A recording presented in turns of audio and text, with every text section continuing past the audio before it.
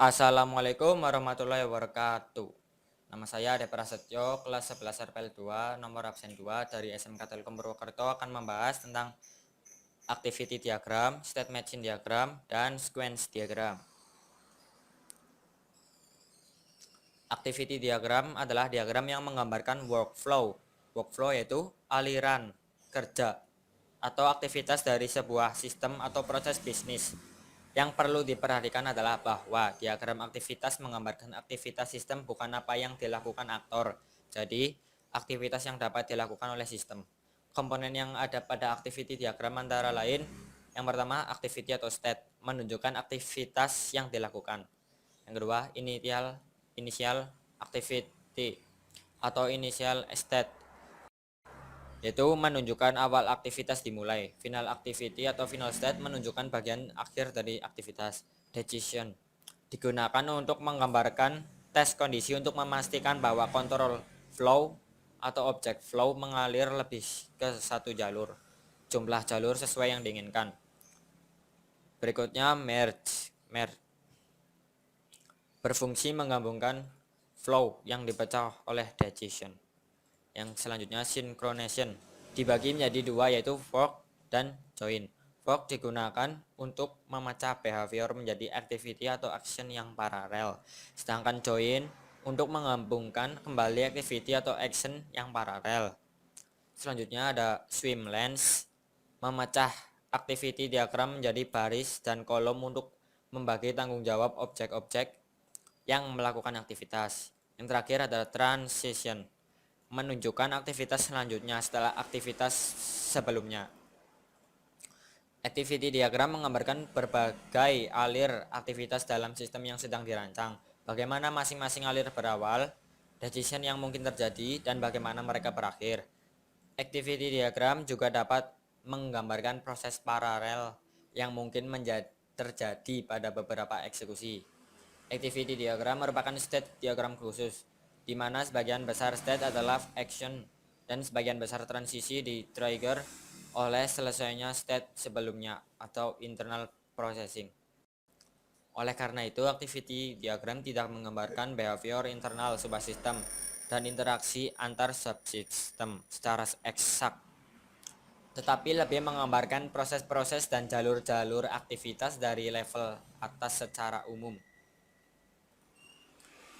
Berikut adalah simbolnya. Simbol activity memperlihatkan bagaimana masing-masing kelas antarmuka saling berinteraksi satu sama lain. Simbol action, state dari sistem yang mencerminkan eksekusi dari suatu aksi. Simbol initial node, bagaimana objek dibentuk atau diawali. Simbol activity final node, bagaimana objek dibentuk dan dihancurkan. Simbol fork node, yaitu satu aliran yang pada tahap tertentu berubah menjadi beberapa aliran. Sebelah kanan saya ada notasi contoh. Initial node itu yang lingkaran hitam, start, bagaimana objek dibentuk atau diawali. Kemudian menuju ke titipan barang, yaitu action, state dari sistem yang mencerminkan eksekusi dari suatu aksi. Kemudian menuju cek barang. Kemudian ke pengecekan selesai, masuk gudang, menambah barang kiriman, ke transaksi, terus kwitansi pembayaran, aktivitas hingga N, yaitu simbol activity final node, bagaimana objek dibentuk dan dihancurkan. Fungsi activity diagram menggambarkan proses bisnis dan urutan aktivitas dalam sebuah proses. Dipakai pada bisnis modeling untuk memperlihatkan urutan aktivitas proses bisnis. Struktur diagram ini mirip flowchart atau data flow diagram pada perancangan terstruktur. Sangat bermanfaat apabila kita membuat diagram ini terlebih dahulu dalam memodelkan sebuah proses untuk membantu memahami proses secara keseluruhan. Yang terakhir, activity diagram dibuat berdasarkan sebuah atau beberapa use case pada use case diagram. State machine diagram. State machine diagram adalah teknik yang umum digunakan untuk menggambarkan behavior sebuah sistem. Hal ini digunakan untuk membantu analis, perancang, dan pengembang untuk memahami perilaku objek pada sistem. menggambarkan transisi dan perubahan keadaan dari satu state ke state lainnya suatu objek pada sistem sebagai akibat dari stimulan yang diterima. State machine diagram untuk memodelkan behavior atau metode atau life cycle sebuah kelas atau objek memperlihatkan urutan kejadian sesaat state yang dilalui sebuah objek transisi dari sebuah state ke state lainnya. Activity terdiri atas event dan action. Tiga hal yang sering digunakan dalam activity adalah yang pertama, entry. Apa yang terjadi ketika sistem masuk ke state, kedua exit. Itu apa yang terjadi ketika sistem meninggalkan state. Yang ketiga, do. Apa yang terjadi ketika sistem ada di state. State event transition. State card diagram menampilkan state yang mungkin dari sebuah objek event yang bisa dideteksi dan respon atas event-event tersebut. Secara umum, pendeteksian sebuah event dapat menyebabkan sebuah objek bergerak dari satu state ke state yang lain yang disebut dengan transition. Berikut adalah simbol. Yang pertama ada simbol state, digambarkan berbentuk segi empat dengan sudut membulat atau round dan memiliki nama sesuai kondisinya saat itu. Yang kedua ada titik awal atau start, digunakan untuk menggambarkan awal dari kejadian dalam suatu diagram state card. Yang ketiga ada end, digunakan untuk menggambarkan akhir dari kejadian dalam suatu diagram state card. Yang ketiga ada guard, guard yang merupakan syarat terjadinya transisi yang bersangkutan. Yang kelima ada point, digunakan untuk menggambarkan apakah akan masuk entry point ke dalam state atau akan keluar exit point. Yang keenam ada event, digunakan untuk mendeskripsikan kondisi yang menyebabkan sesuatu pada state. Sebelah kanan saya ada contoh notasi. Yang pertama itu titik awal start, ada from peminjaman, kedua ada state mengecek, kemudian point menuju state, persetujuan memberikan informasi ke peminjam, informasi telah terima menuju end, titik berakhirnya state card. Berikutnya ada fungsi state machine diagram. Yang pertama, untuk membantu analis, perancang, dan pengembang untuk memahami perilaku objek pada sistem.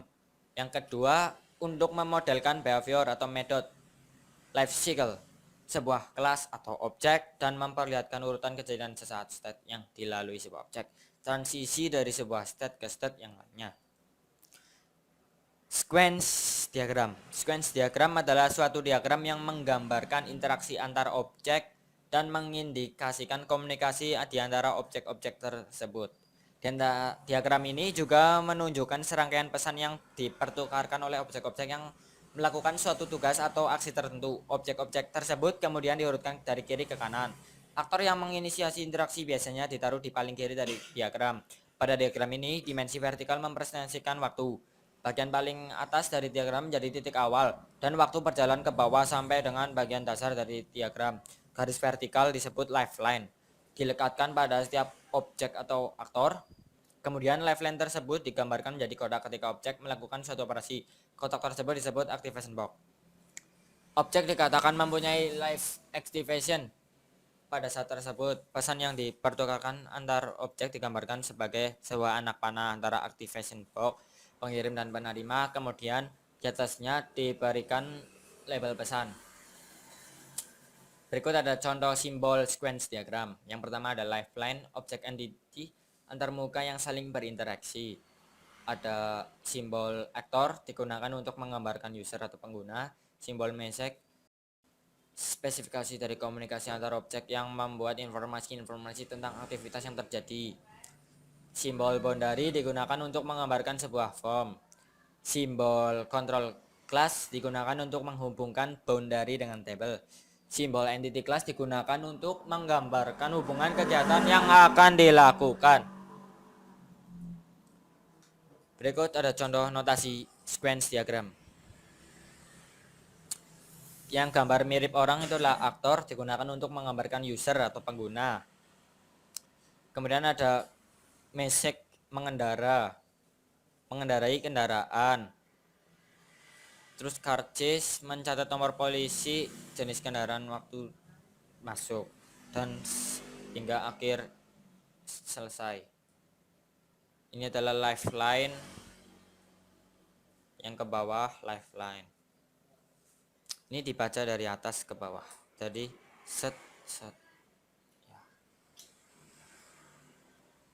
Berikut ada fungsi sequence diagram.